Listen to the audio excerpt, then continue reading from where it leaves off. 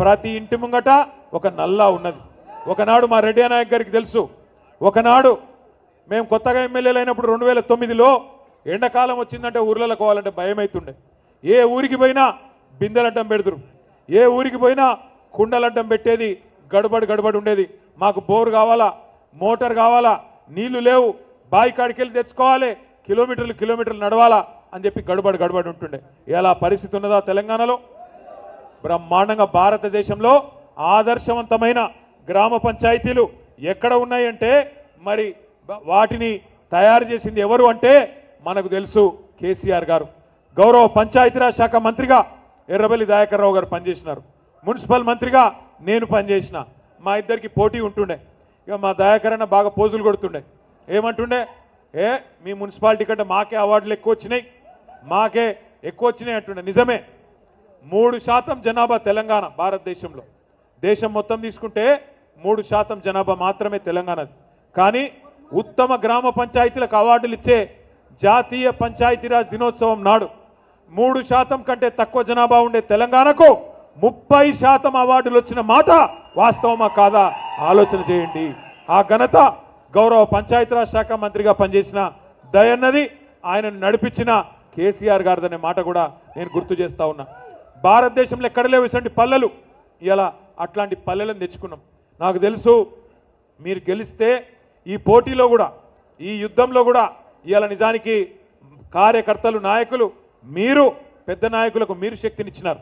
నిజంగా చెప్పాలంటే వేదిక మీద కూర్చున్న నాయకుల కంటే వేదిక ముందున్న నాయకుల పోరాట స్ఫూర్తే గొప్పది. పెద్ద నాయకులు కొంతమంది భయపడి పార్టీలు మారిన, గెలిచినాక కూడా మీ జిల్లాల కడియం శ్రీ గారి పార్టీ మారింది. కానీ గ్రామ స్థాయిలో ఉండే నాయకులు కథానాయకులై ఒక్కొక్క కేసీఆర్ తీరుగా ఈ 2 ఏళ్లలో అద్భుతంగా కొట్లాడింది. పోయినసారి లగచర్ల గురించి మొత్తం రాష్ట్రంలో మీటింగులు పెడదాం అని ఆలోచన చేస్తే మా సత్యవతి రాథోడ్ గారు, మా కవిత గారు, శంకర్ నాయక్ గారు, అన్నా గిరిజనుల అడ్డా ఇది, మహబాద్ జిల్లా, మా రెడ్డి నాయక్ గారు కూడా మీరు ఇక్కడికే రావాలని చెప్పి అద్భుతంగా ఒక 25-30 వేల మందితోని మహబాద్ దద్దరిల్లిపోయే విధంగా అద్భుతమైన కార్యక్రమాన్ని ఇక్కడనే ఏర్పాటు చేసినారు. ఆ దెబ్బకు కాంగ్రెస్ ప్రభుత్వం వెంటనే లగచర్ల నోటిఫికేషన్ కూడా రద్దు చేసి ఆ జైల్లో పెట్టిన గిరిజన బిడ్డలను కూడా విడిపించాల్సిన పరిస్థితి వచ్చింది. ఇవాళ కూడా ఇక్కడికి వస్తుంటే గుండె నిండా సంతోషంగా ఉన్నది. గెలిచిన ఎన్నన్నది కాదు లెక్క, 130-140 గెలిచినాం, పర్వాలేదు. మిగిలినవి కూడా కొన్ని వాళ్ళు తొండి చేసుకొని గెలిచినారు. వాళ్ళు ఓ 10-20 వాళ్ళు మనం గెలిచినవి కూడా వాళ్ళ దానిలో కలుపుకున్నారు. కానీ భయపడేదేం లేదు, బాధపడేదేం లేదు. ముఖ్యంగా గెలిచి వచ్చిన మా సర్పంచ్ సోదరులను నేను కోరుతా ఉన్నా, మీ మీద ఒత్తిడి ఉంటుంది, ఇక మిమ్మల్ని ఇబ్బంది పెడతారు. మీ ఎమ్మెల్యే అంటాడు, ఏమంటాడు, నేను మీకు ఇందిరా మిన్లు ఇయ్యా, నేను మీ గ్రామ పంచాయతీలకు పైసలు ఇయ్యా అని బెదిరించే కార్యక్రమాలు ఇదివరకు చేసినారు, ఇప్పుడు కూడా చేస్తూ ఉన్నారు. కానీ గుర్తుపెట్టుకోవాల్సిన అంశం ఒకటే, గౌరవ సర్పంచులు, మీకు గ్రామ పంచాయతీకి వచ్చే నిధులు ఎవరి అబ్బసొత్తో ఎవరి అత్త సొమ్మో కాదు. డాక్టర్ బాబాసాహెబ్ అంబేద్కర్ రాసిన రాజ్యాంగం ఆధారంగా భారతదేశంలో 5 అంచెల్లో ప్రభుత్వాలు ఉన్నాయి. పైన కేంద్ర ప్రభుత్వం ఉన్నది, ప్రధానమంత్రి, మంత్రులు, ఎంపీలు వాళ్ళందరూ పైన ఉంటారు. రాష్ట్రాలకు వచ్చే వరకు రాష్ట్ర ప్రభుత్వం ఉంటుంది. దాని కిందికి వస్తే జిల్లా ప్రభుత్వం, జిల్లా పరిషత్ రూపంలో ఉంటుంది. కొద్దిగా కిందికి వస్తే మున్సిపాలిటీలు, మండలాలు ఉంటాయి. ఇక గ్రామ స్థాయిలో, క్షేత్ర స్థాయిలో గ్రామ పంచాయతీ. రాష్ట్రానికి ముఖ్యమంత్రి ఎట్లనో గ్రామ పంచాయతీకి సర్పంచ్ గారు కూడా గంతే. మీ పవర్ అంత ఉంటుంది. మిమ్మల్ని కాదని ఎవడు ఏం చేయలేడు. ఏ ఎమ్మెల్యే, ఏ ఎంపీ మీ నిధులకు అడ్డు వచ్చే ప్రయత్నం చేసినా అది చెల్లది. ఎందుకంటే మీకు అండగా ఉన్నది బాబాసాహెబ్ అంబేద్కర్ రాసిన రాజ్యాంగం. రాజ్యాంగంలో స్పష్టంగా ఎవల నిధులేంది, ఎవల విధులు ఏంది, నిధులు అదేవిధంగా విధులు అంటే పని ఏంది స్పష్టంగా అంబేద్కర్ గారు రాసింది. అలా స్పష్టంగా ఉన్నది, రూపాయి ఫైనాన్స్ కమిషన్ డబ్బులు పంచాయతీలకు విడుదల చేస్తే, స్థానిక ప్రభుత్వాలకు విడుదల చేస్తే, ఢిల్లీలో రూపాయి విడుదలైతే స్ట్రైట్గా 85 పైసలు గ్రామ పంచాయతీ అకౌంట్లకు వస్తాయి. స్ట్రైట్గా అలా ముఖ్యమంత్రి, ఆర్థిక మంత్రి, మీ ఎమ్మెల్యే, ఏ గొట్టంగాడు కూడా అడ్డం పెట్టే శక్తి వాళ్ళకి లేదు. గుర్తుపెట్టుకోండి, 85 పైసలు డైరెక్ట్గా మీ ఖాతాలకు రావాలి. అట్లాగే 10 పైసలు మండల పరిషత్ ఖాతాలకు పోవాలి, 5 పైసలు మాత్రం జిల్లా పరిషత్ ఖాతాలకు పోవాలి. ఇది ఫైనాన్స్ కమిషన్ రాజ్యాంగబద్ధంగా మీకు ఇచ్చే పైసలు. మనం ఏం చేసేది గతంలో కేసీఆర్ గారు ఉన్నప్పుడంటే రూపాయి కేంద్ర ప్రభుత్వం నుంచి ఫైనాన్స్ కమిషన్ నుంచి వస్తే మరొక రూపాయి మన రాష్ట్ర ప్రభుత్వం నుంచి పల్లె ప్రగతి నిధుల రూపంలో దాన్ని తోడేసి మీకు నెల నెల జీతం వచ్చినట్టే పల్లె ప్రగతి నిధులు మనం ఆ రోజు మంజూరు చేసేది. దాంతో ఇన్ని కార్యక్రమాలు చేసుకున్నాం. ప్రతి ఊళ్ళో ఒక పల్లె ప్రకృతి వనం కట్టుకున్నాం, ఒక పార్క్ కట్టుకున్నాం, ఒక డంపింగ్ యార్డు, ఒక వైకుంఠ ధామం, ఇవన్నీ కట్టుకున్నాం. ఇంటింటికి నల్లా పెట్టుకున్నాం, వాటర్ ట్యాంకులు పెట్టుకున్నాం, ఏ గోస లేకుండా బ్రహ్మాండంగా చూసుకున్నాం. అట్లాగే ఇవాళ మీరు కూడా మళ్ళొక్కసారి 2 ఏళ్లుగా కాంగ్రెస్ ప్రభుత్వం వచ్చినాక ఊర్లు మాసిపోయినాయి, ఊర్లు పాడుపడ్డాయి. అక్కడ ట్రాక్టర్లలో కనీసం డీజిల్ పోసేటోడు లేడు, ట్యాంకర్లలో నీళ్లు పోసేటోడు లేడు, బుగ్గ పాడైతే బుగ్గ తీసేటోడు లేడు. ఇవాళ గందరగోళమైన పరిస్థితి గ్రామాల్లో ఉన్నది. ఎక్కడికక్కడ పిచ్చి చెట్లు మొలిచి ఆగమాగమైపోయి పారిశుద్ధ్యం కూడా ఆగమైపోయింది. నేను సర్పంచ్లను కోరుతా ఉన్నా, ముఖ్యంగా బీఆర్ఎస్ సర్పంచ్లను కోరుతా ఉన్నా, మీరు చూపెట్టాలి కాంగ్రెస్ వాళ్ళకు తోవ, మీరు చేయాలి వాళ్ళకు బుద్ధి వచ్చేటట్టు పని.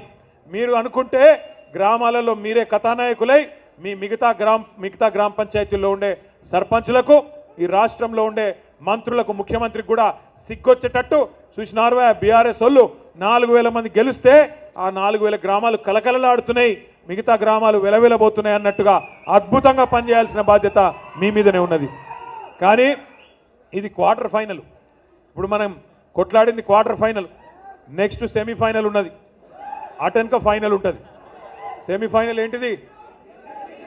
ఇప్పుడు మున్సిపాలిటీ ఉన్నది, జిల్లా పరిషత్ ఉన్నది, మండల పరిషత్ ఉన్నది, అది సెమీఫైనల్. ఫైనల్ 2028. ఇప్పుడు ఇక్కడికి రాగానే మీరు లొలి పెడుతున్నారు. మళ్ళా కేసీఆర్ గారు తిరిగి సీఎం కావాలన్నదే మా అందరి కోరిక, మనందరి కోరిక. కరెక్టేనా? ఈ రాష్ట్ర ప్రజల కోరిక కేసీఆర్ గారు తిరిగి ముఖ్యమంత్రి కావాలి. ఎందుకంటే పాడైపోయిన రైతాంగం, పాడైపోయిన వ్యవసాయం బాగు చేసింది కేసీఆర్. 24 గంటల కరెంటు రైతాంగానికి ఉచితంగా ఇచ్చింది కేసీఆర్. 73,000 కోట్ల రూపాయలు రైతుల ఖాతాల్లో రైతు బంధు రూపంలో వేసింది కేసీఆర్. ఆడపిల్లల పెళ్లిళ్లు 15 లక్షల మందికి మరి కళ్యాణ లక్ష్మి పేరుతో చేయించింది కేసీఆర్. పాడుబడ్డ వెనుకబడ్డ మహబూబాబాద్ జిల్లాను జిల్లా కేంద్రం చేసింది కేసీఆర్. ఈ జిల్లాలో మెడికల్ కాలేజ్, నర్సింగ్ కాలేజ్ పెట్టడమే కాకుండా ఒక సూపర్ స్పెషాలిటీ ఆసుపత్రి పెట్టి మా సత్యవతి గారు, మా శంకర్ నాయక్ గారు గర్వంగా చెప్తుంటారు అప్పుడప్పుడు, అన్నా మా జిల్లా కేంద్రంలో 140 మంది డాక్టర్లు ఉన్నారు తెలుసా మీకు అని వాళ్ళు గర్వంగా చెప్తున్నారు. ఆ పరిస్థితి వచ్చిందంటే దానికి కారణం ఎవరు? కేసీఆర్. అందుకే నేను అంటున్నా, మళ్ళొక్కసారి కేసీఆర్ గారి నాయకత్వం రావాలి. ఈ లోపల కేసీఆర్ గారు కాలు బయట పెట్టగానే కొన్ని జంతువులు మరుగుతున్నాయి, మీరు చూస్తున్నారు. జరా నేను ఒరుతున్నా కదా, నన్ను ఒర్రని. కొంతమంది కొన్ని జంతువులు మరుగుతున్నాయి. కేసీఆర్ గారు వచ్చి బయటికి వచ్చి ఒక్కసారి ప్రెస్ ముంగట కనవడంగానే కొంతమందికి ఆగమాగం అవుతుంది, అజీర్తి అవుతుంది, కడుపులో మరుగుతున్నారు. ఎట్లా మాట్లాడుతున్నారో మీరు చూస్తున్నారు. ఎంత దుర్మార్గం కాకపోతే ఒక 71-72 ఏళ్ల పెద్ద మనిషి, 2 సార్లు రాష్ట్రానికి ప్రజల చేత ముఖ్యమంత్రిగా ఎన్నుకోబడ్డ నాయకుడు, తెలంగాణ తెచ్చిన నాయకుడు, అట్లాంటి నాయకుడిని పట్టుకొని నోటికొచ్చిన మాటలు. ఒకసారేమో కాలు ఇరిగింది అని ఆనందం, ఇంకోసారేమో ఆయన చచ్చిపోవాలని చెప్పి శాపనార్థాలు. ఇది మంచిదేనా? ఇది మంచి పద్ధతేనా?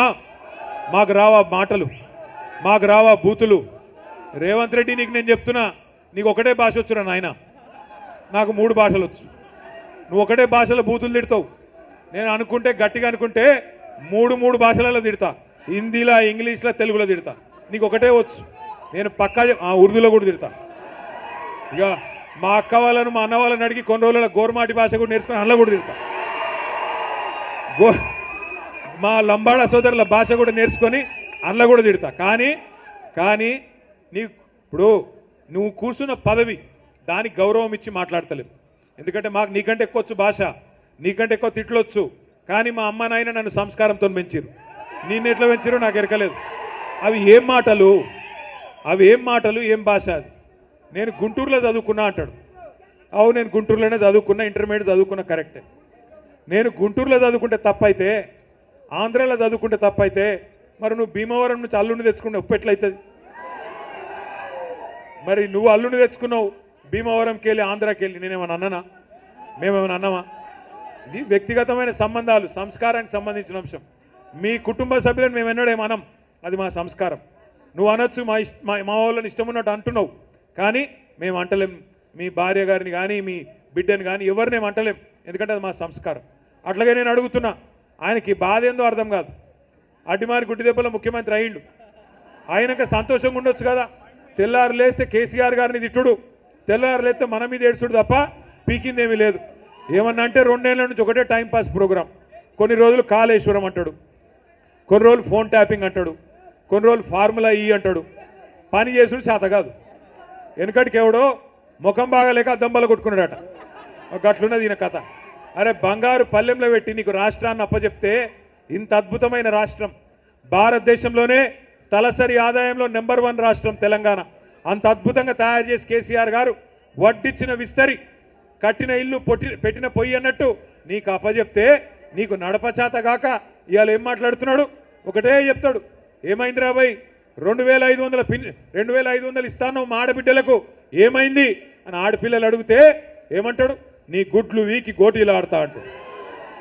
ఏమాయరాబాయ్ మరి రైతు బంధు ఇస్తా అంటివి 10,000 కాదు 15,000 చేస్తాను పొంకనాలు కొడుతీవి, ఏమాయే అని రైతు సోదరులు అడిగితే నీ పేగులు తీసి మెడలేసుకుంటా అంటాడు. ఈ భాష తప్ప పని చేసుడు సాత కాదు. ఒక మంచి పని చేసే తెలివి లేదు. అత్తకు 4,000 అంటివి, కోడలకు 2,500 అంటివి, డైలాగులు కొడుతీవి. విద్యార్థులకు 5 లక్షల విద్యా భరోసా కార్డు అంటివి, ఆడపిల్లలకు స్కూటీలు అంటివి, 2 లక్షల ఉద్యోగాలు అంటివి, నెలకు 4,000 నిరుద్యోగ భృతి అంటివి, తులం బంగారం అంటివి, నీ బొందా అంటివి. ఏడవా అన్ని? నేను ఎప్పుడో చెప్పిన మా ఆడబిడ్డలకు, నేను ఇదివరకే చెప్పిన, ఈయన తులం బంగారం ఇచ్చే బాపత కాదు, మీ మెడల పుస్తల తాడు కూడా ఎత్తుకపోతాడు వీడని చెప్పిన. ఇవాళ గా పరిస్థితే వచ్చింది. అందుకే నేను అంటున్నా, ఇవాళ ప్రజలు బాధపడుతున్నారు. రాష్ట్రంలో రైతులు అయ్యో పాలిచ్చే బర్రెను కాదనుకొని తన్నే దున్నపోతుని తెచ్చుకున్నామని బాధపడుతున్నారు. వాస్తవం ఇది. కానీ ఎలక్షన్లు అప్పుడు ఆగమై తర్వాత బాధపడితే లాభం లేదు. నేను మొన్న హైదరాబాద్లో ఒక మీటింగ్కి వెళ్ళి ఇంకో మీటింగ్ పోతున్నా. ఒక ఆటో ఆయన వచ్చి నా పక్కకు ఆగిండు. ఆగితే ఆ డ్రైవరు నా దిక్కు చూసి నమస్తే అన్నాడు, నేను కూడా నమస్తే అన్నా. జర అద్దం కిందికి దించు అన్నాడు. దించితే అడిగిండు, సాబ్ కहाँ जा रहे అన్నాడు. మీటింగ్ पे जा रहा हूं. ఏం పేరు నీది అన్న? मेरा नाम महमूद है साहब అన్నాడు. क्या हाल है महमूद भाई అన్న? क्या हाल है सब बर्बाद है అన్నాడు. सब बर्बाद है क्या हुआ అన్న? अरे इन्हों आने के बाद सब खत्म हो गया साहब, सब कारोबार बंद, पैसा नहीं मिल रहा, क्या करना అన్నాడు. అంటే నేనన్నా మరి ఏ గలత్ ఓట్ కా సజా 5 సాల్ హై నా అన్న. అంటే ఒక తప్పు ఓటు